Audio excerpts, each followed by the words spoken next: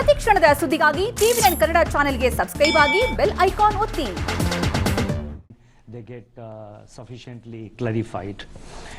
I would like to begin with a quote from the father of the nation, Mahatma Gandhi, and I quote, "It is when the horizon is the darkest and human reason is beaten down to the ground that faith shines brightest and comes to our rescue. As a nation, we must have faith in India's resilience and capacity to overcome all odds.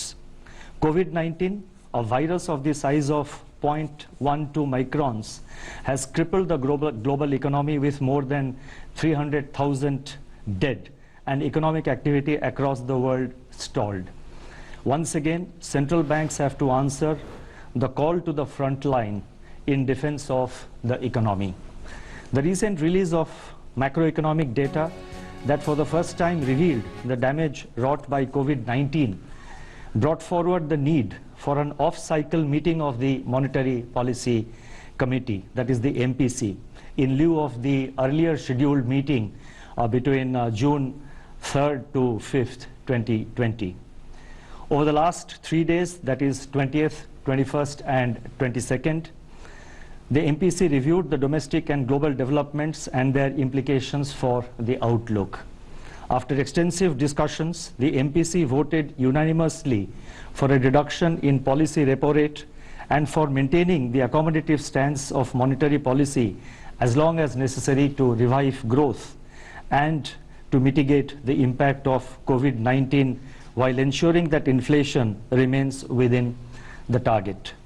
On the quantum of reduction, the MPC voted with a 5:1 majority to reduce the policy repo rate by 40 basis points, 40 basis points from 4.4% to 4%. Consequently, the MSF rate and the bank rate now stand reduced to 4.25% and reverse repo rate stands reduced to 3.35%. Before I lay out the backdrop, the rational and expected outcomes of the MPC's decisions, I wish to thank the committee members for their valuable contribution during the deliberations. I would also like to thank my colleagues in the RBI who have been working tirelessly in RBI's fight against COVID-19. My gratitude goes out to our teams for their intellectual support, analytical work, and the logistical arrangements. A special word of praise for our team of what is now about 200 officers, staff, and service providers who are working unstinted 24/7 in isolation away from their families in order to keep the essential RBI services available to the nation. Once again, I wish to express our admiration for the doctors, the healthcare and medical staff, police, law enforcement agencies, functionaries and personnel of the government, the private sector, banks and other financial institutions who have risen to the occasion day after day through the pandemic to ensure continuity in provision of all essential services. Our deepest gratitude to their families too. I would now like to provide an assessment of the current macroeconomic situation, both global and domestic. By all counts, the macroeconomic and financial conditions are austere. The global economy is inexorably headed into recession. The global manufacturing PMI contracted to an 11-year low in April 2020. The global services PMI recorded its steepest decline in the history of the index. Among advanced economies that have released GDP readings for Q1 of 2020, contractions were in the range of 3.4% to 14.2%. For emerging market economies, the growth rate ranged between 2.9% and minus 6.8%. EMEs face additional pressures in the form of capital outflows and asset price volatility from the bouts of turbulence afflicting financial markets. The plunge in crude prices has dried up budgetary revenues for oil exporters. On the other hand, oil importers have been denied terms of trade gains by the crushing blow to demand delivered by the pandemic. According to the UNCTAD, the value of global trade contracted by 3% in Q1. The volume of world trade can shrink by 13 to 32% in the current year as projected by the WTO. Global financial markets have calmed after a turbulent period in March and volatility has ebbed, but markets have generally been disconnected from the developments in the real economy. Relatively unsung, global policy response by central banks and governments has been unprecedented. Let me now turn to the domestic developments. Domestic economic activity has been impacted severely by the 2 months lockdown. The top 6 industrialized states in India that account for 60% of our industrial output are largely in the red and orange zones. High frequency indicators point to a collapse in demand beginning in March 2020 across both urban and rural segments. Electricity and petroleum consumption, which are indicators of day-to-day demand, have plunged into steep declines. The double whammy in terms of losses of both demand and production has in turn taken its toll on fiscal revenues. Investment demand has virtually been halted by a decline of 36% in the production of capital goods in March, which was coincident with a contraction of 27% in imports of capital goods in March and 57.5% in April. This is also evident in a fall of 91% in finished steel consumption in April and 25% shrinkage in cement production during March. The biggest blow from COVID-19 has been to private consumption, which accounts for about 60% of the domestic demand. The production of consumer durables fell by 33% in March 2020, accompanied by a 16% decline in output of non-durables. Similar indications are reflected in surveys of the fast-moving consumer space also. In the production sectors, industrial production shrank by close to 17% in March, with manufacturing activity down by 21%. The output of core industries, which constitutes about 40% of overall industrial production, contracted by 6.5%. In conformity, the manufacturing PMI for April recorded its sharpest deterioration to 27.4, spread across all sectors. The services PMI plunged to an all-time low of 5.4% in April 2020. Amidst this encircling gloom, agriculture and allied activities have, however, provided a beacon of hope on the back of an increase of 3.7% in food grain production to a new record. A ray of hope also comes from the forecast of normal southwest monsoon by the India Meteorological Department. By 10th May 2020, up to which the latest information is available, Kharif sowing was higher by 44% compared to the last year's acreage. Rabi procurement is in full flow in respect of oilseeds, pulses, wheat, benefiting the bumper harvest. These developments will support farm incomes, improve the terms of trade facing the farm sector, and strengthen food security for the country. Going forward, these would also have a salutary effect on food price pressures. The inflation outlook has become complicated by the release of partial information on the Consumer Price Index by National Statistics Organization, obscuring a comprehensive assessment of the price situation. From the incomplete data that have been made available, food inflation, which had eased in January, from its January 2020 peak for next 2 months, that is during February and March. Now suddenly they have reversed and surged to 8.6% in April as supply disruptions took their toll, immune to the ongoing demand compression. Prices of vegetables, pulses, oilseeds, milk and cereals emerged as pressure points. In the external sector, India's merchandise exports and imports suffered their worst slump in the last 30 years as COVID-19 paralyzed world production and demand.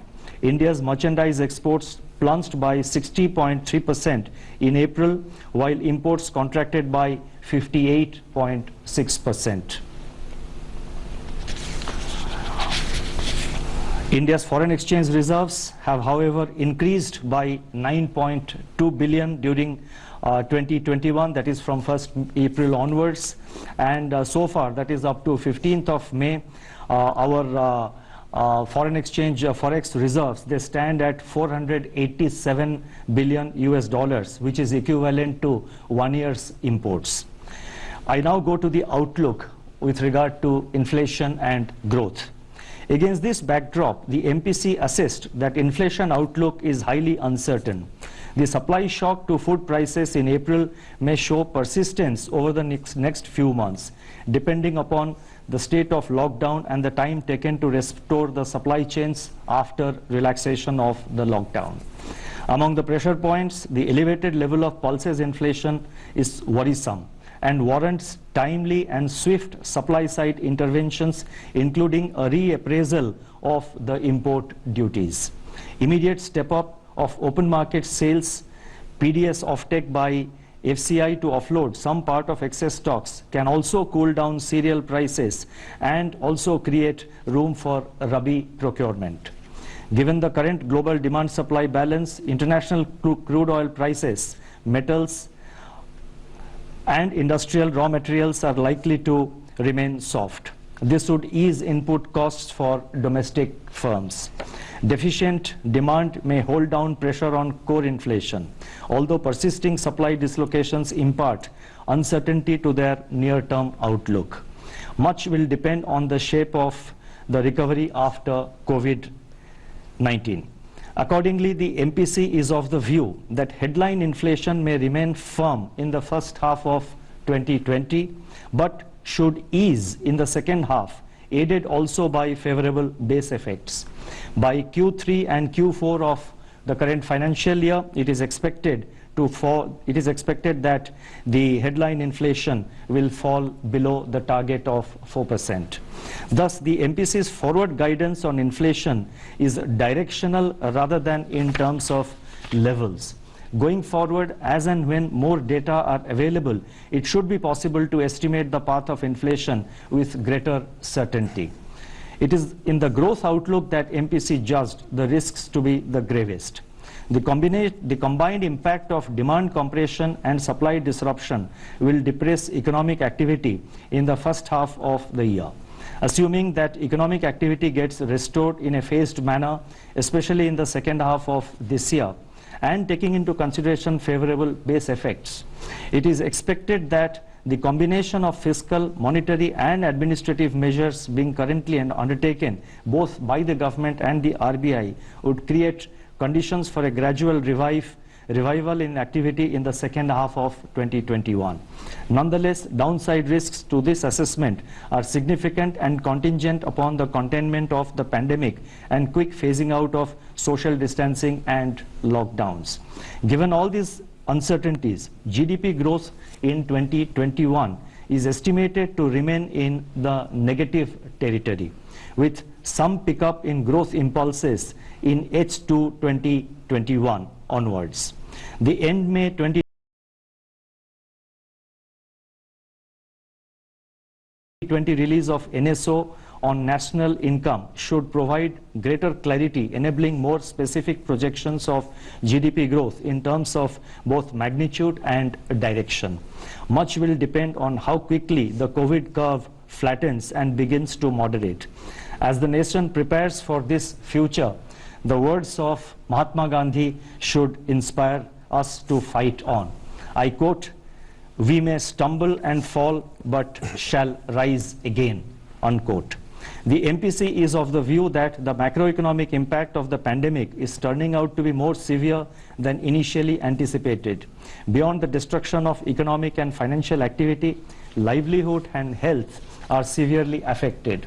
Judging that the risks to growth are acute, while the risks to inflation are likely to be short-lived, the MPC believes that it is essential now to instill confidence and ease financial conditions further. This will facilitate flow of funds at affordable rates and rekindle investment impulses. It is in this context that the MPC voted to reduce the policy repo rate by 40 basis points from 4.4 to 4%. if the inflation trajectory evolves as expected, more space will open up to address the risks to growth. Now, I now turn to some regulatory and development policy announcements.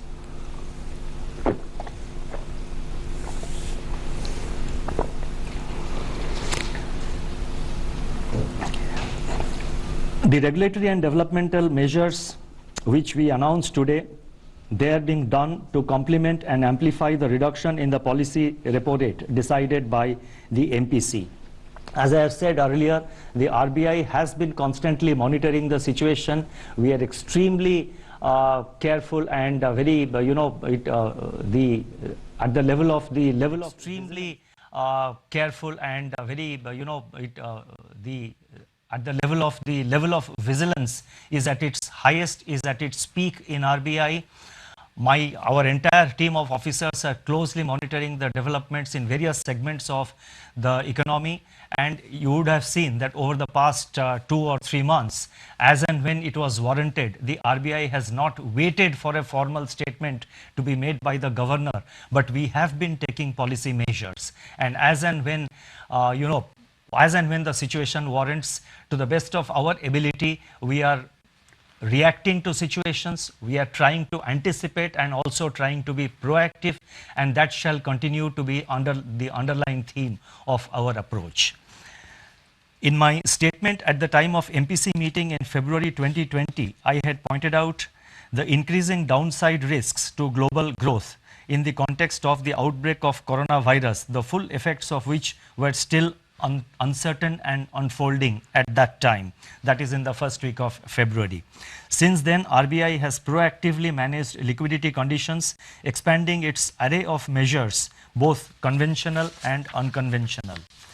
In the meantime, the monetary policy transmission to banks' lending rates has also continued to improve significantly. I have some details about the transmission of policy rates in the various segments of the financial markets. I have also data about the transmission of the policy rate to the new fresh loans being sanctioned by the banks. I am not reading them out. They are contained in my statement. Those who are interested may please have a look at the statement, which will be uploaded immediately after this statement on the television and in the YouTube is over. The decision of the MPC to reduce the policy repo rate and maintain the accommodative stance of monetary policy provides the opportunity for the RBI to announce certain additional measures against the backdrop of a deteriorating outlook for economic activity. These policy actions complement and strengthen each other in intent and reach. The measures being announced today can broadly be delineated under 4 categories. 1. Measures to improve the functioning of markets and market participants. 2. Measures to support exports and imports. 3. Efforts to further ease financial stress caused by COVID-19 disruptions by providing relief on debt servicing and improving access to working capital. And 4. Steps to ease financial constraints faced by the state governments. I first take up measures to improve the functioning of markets. The RBI had earlier announced a special refinance facility of 15,000 crore to SIDBI at RBI's policy repo rate for a period of 90 days for the lending and refinancing operations of the SIDBI. In order to provide greater flexibility to SIDBI, it has been decided to roll over the facility at the end of the 90th day for another 90 days. The next point relates to investments by the foreign portfolio investors, that is FPIs, under the voluntary retention route of the RBI. Since its introduction, the voluntary retention route scheme has evinced strong investor participation, with investments exceeding 90% of the limits allotted under the scheme. In view of the difficulties expressed by FPIs and their custodians on account of COVID-19 related disruptions in adhering to the condition that at least 75% of allotted limits be invested within 3 months, it has been decided that an additional 3 months' time will be allowed to FPIs to fulfill this requirement. The next set of measures relate to our effort to support exports and imports. The deepening of the contraction in global activity and trade, accentuated by rapid spread of COVID-19, has crippled external demand. In turn, this has impacted India's exports and imports, both of which have contracted sharply in the recent months. In view of the importance of exports and imports to the economy, certain measures are being taken to support the foreign trade sector.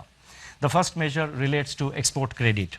In order to alleviate genuine difficulties being faced by exporters in their production and realization cycles, it has been decided to increase the maximum permissible period of pre-shipment and post-shipment export credit sanctioned by the banks from the existing 1 year to 15 months for disbursements made up to July 31st, 2020.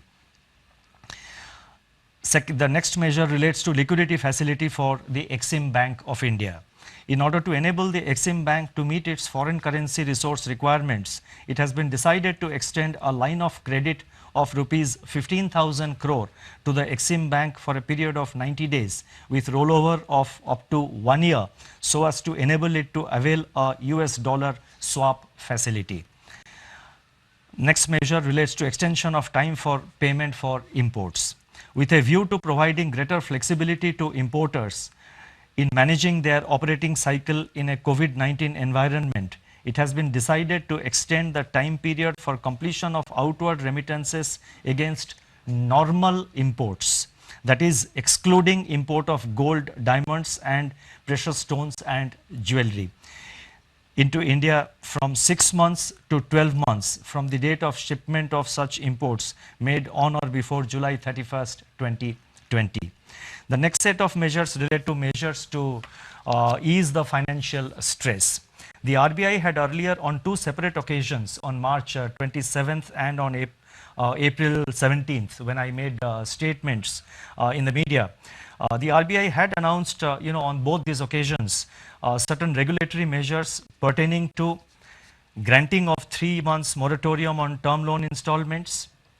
That is the first one we had announced. 2, deferment of interest for 3 months on working capital facilities.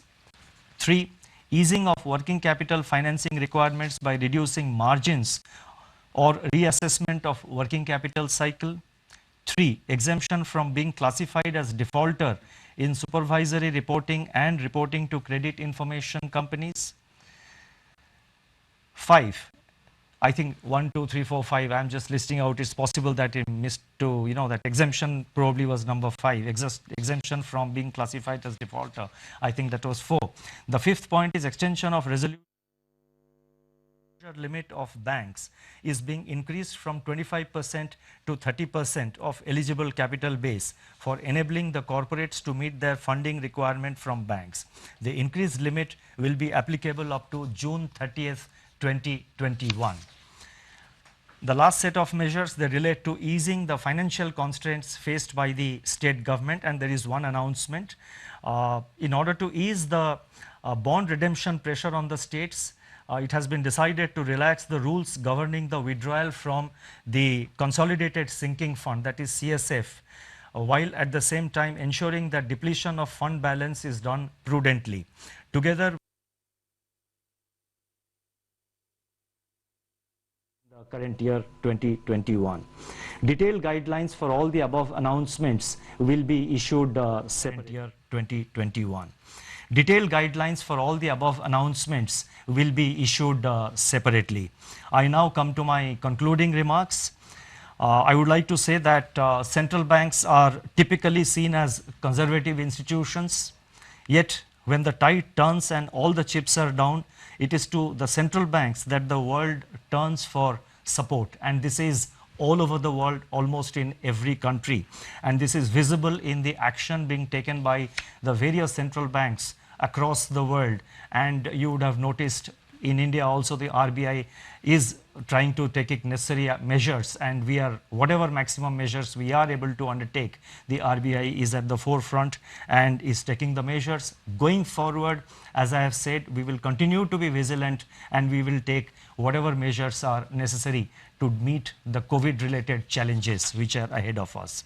As I have stated earlier, the RBI will continue to remain vigilant and in battle readiness to use all its instruments and even fashion new ones, as recent experience has demonstrated, to address the dynamics of the unknown future.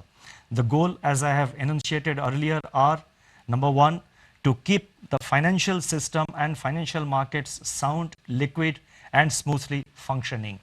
Number two, to ensure access to finance to all, especially those that tend to get excluded by the financial markets. And three, and very important, to preserve financial stability.